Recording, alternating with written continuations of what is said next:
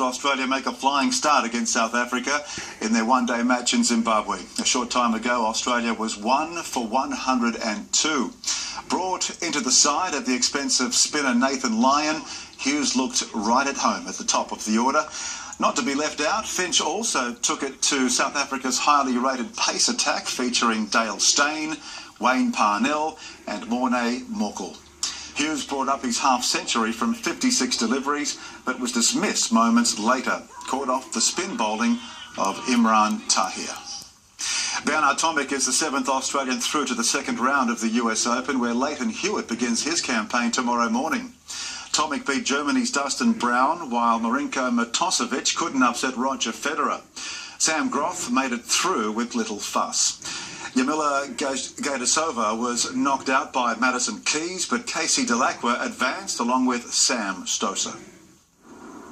Sam Stosur's kick serves got above head height for Lauren Davis. What the American managed to return was quickly swatted away. That's part of the game plan today, isn't it? That kicker. First set must have seemed like a blur. Oh, she wound up for that one, Stosur. Little fist bump too. Stosur wasn't quite as dominant in the second set, but her power game was too much to handle. Oh, brilliant from Stosur. Ran around. Passage to the second round secured with a booming serve. That'll do it though. Another fist bump from Sam Stosur. Really happy with the way I started. It was a good first match. Lauren can be a tough player. 15-year-old American Catherine Cece Bellis stunned the tennis world with a magical three-set upset of 2014 Australian Open finalist Dominika Cibulkova. She's the youngest player to win a US Open match since Anna Kournikova in 1996. Bernard Tomic had one or two hairy moments against Dustin Brown. No way. He nearly got it as well. For the most part, Tomic was ahead of the game. That's massive. That was a bullet. Look at that. All three sets were tight, but a win against the world number 97 was an ideal start. That will do. Just. Roger Federer happily posed for photos ahead of his clash with Marinko Matosevic. The Aussie was a little starstruck when he spotted Michael Jordan, who was there to cheer on his opponent. Matosevic just said that. I just want to be like Mike, to Michael Jordan. Matosevic came up with 44 unforced errors and was duly punished by the 5-time US Open champion. Vince Hammerly, SBS World News. To football, and Maccabi Tel Aviv's coach Oscar Garcia has quit following the recent conflict in the Gaza Strip. It's been reported the Spaniard resigned following a Hamas missile attack that almost hit his car. The Spaniard will be replaced by his compatriot Paco Ayestaran. The domestic league has been delayed indefinitely. Manchester United's League Cup campaign is over following a humiliating 4-0 defeat to third division side Milton Keynes Dons. The loss left a shell-shocked Louis van Gaal still searching for his first competitive match as the club's manager. Shortly before kick-off, United had announced the signing of Angel Di Maria from Real Madrid. The $106 million deal is a British record. Celtic has failed to qualify for this season's UEFA Champions League after falling to Maribor in their return leg playoff. Elsewhere, Zenit eased into the group stage for the 4th season running. Apoel, Bate and Porto also booked their seats, while Celtic failed to progress. The Hoops, which were allowed to compete after Legia Warsaw was thrown out for fielding an ineligible player, found the going tough despite playing at home. Marcos Tavares' 75th minute goal handing Maribor a 2-1 win on aggregate over 2 legs. And the final 5 qualifying places will be determined tomorrow morning. And join us live on SBS 1 from 4:30 a.m.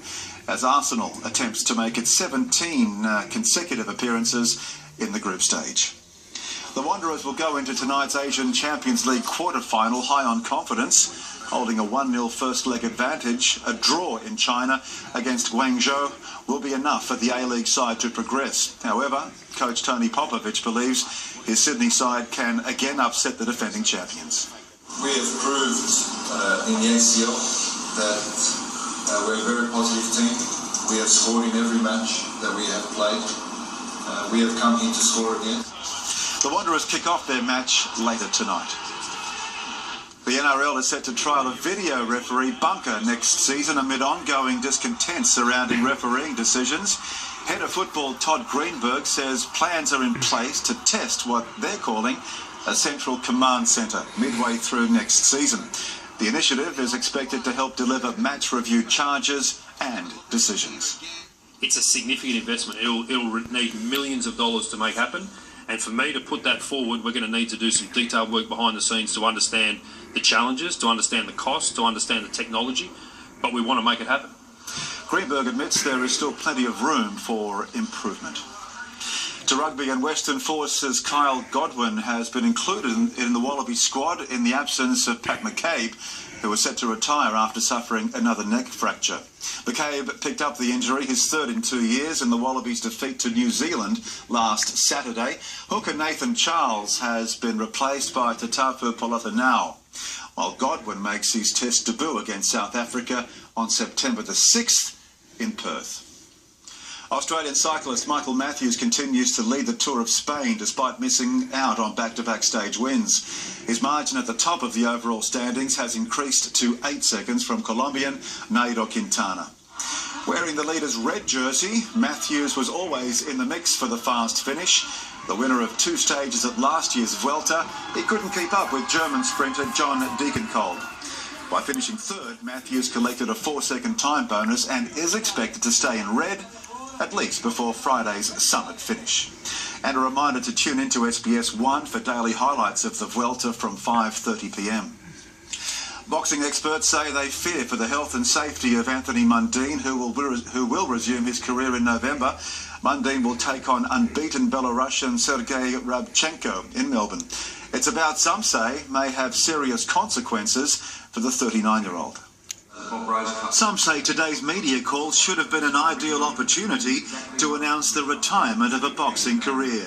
Instead, Anthony Mundine continues to fight on. People question my age, but I'm feeling and I'm looking like I'm 25. At 39, Mundine's worst enemy is his ageing body. His fading career appeared to be over the last time he entered the ring, when he was flattened by Ghanaian Joshua Clottey in a one-sided contest. On that occasion, he was knocked down 5 times. Experts say he's making a calculated risk by challenging an unbeaten opponent 11 years his junior. 39 is old for a boxer.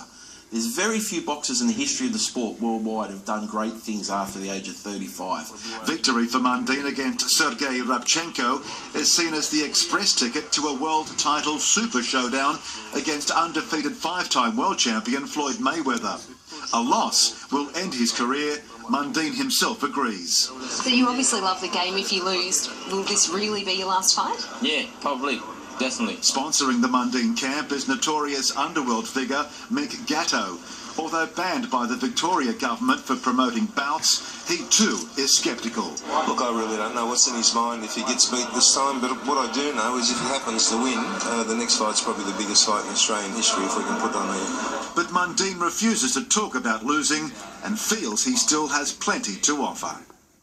And finally in sport tonight, this Friday, teams from around the world will unite in Sydney for the Bingham Cup. What's that, I hear you say? Well, now in its 7th instalment, the biennial gay rugby tournament aims to challenge homophobic stereotypes. Mark Bingham used his rugby prowess to tackle hijackers aboard Flight 93. 13 years on, family and friends still remember his sacrifice ahead of the rugby tournament named in his honour. They weren't able to save their own lives that day, but they did manage to save a good many people on the ground, including some of the elected representatives there at the United States Capitol building, so I'm really proud of him. The Bingham Cup is about smashing homosexual stereotypes whilst enjoying the game. Rugby's an excuse for a party as a whole sport, isn't it? No, look, rugby's about having a great time, and sport's about having a great time, and I think the camaraderie and the bits after it are as important as the game itself. But on the pitch, the Sydney Convicts are in the sights of the world's first gay rugby team. We're taking this very seriously. We've brought 86 people from London. We're the largest touring party here at Bingham, and we're taking it very, very seriously. You know, we didn't come all this way just to have a holiday. Tomorrow's opening ceremony will see Indigenous members of the Convicts performing alongside the Bangarra dance group. So for the past month and a half, we've been rehearsing with them for the opening ceremony. So I got all the Indigenous players together, and we're dancing tomorrow night to welcome everybody onto country. Over 1,000 players from 15 countries are in Australia to take part in this staging of the Bingham Cup, the 7th staging of the event, and it's getting bigger and better every time. Gay rugby has exploded around the world in the last 10 years. It's incredible. There are now 60 clubs around the world. You know, and it's not just gay, the straight people play. The tournament kicks off on Friday. John Baldock, SBS World News. Yes, indeed, rugby, Ricardo. That's why they call it the game they play in heaven.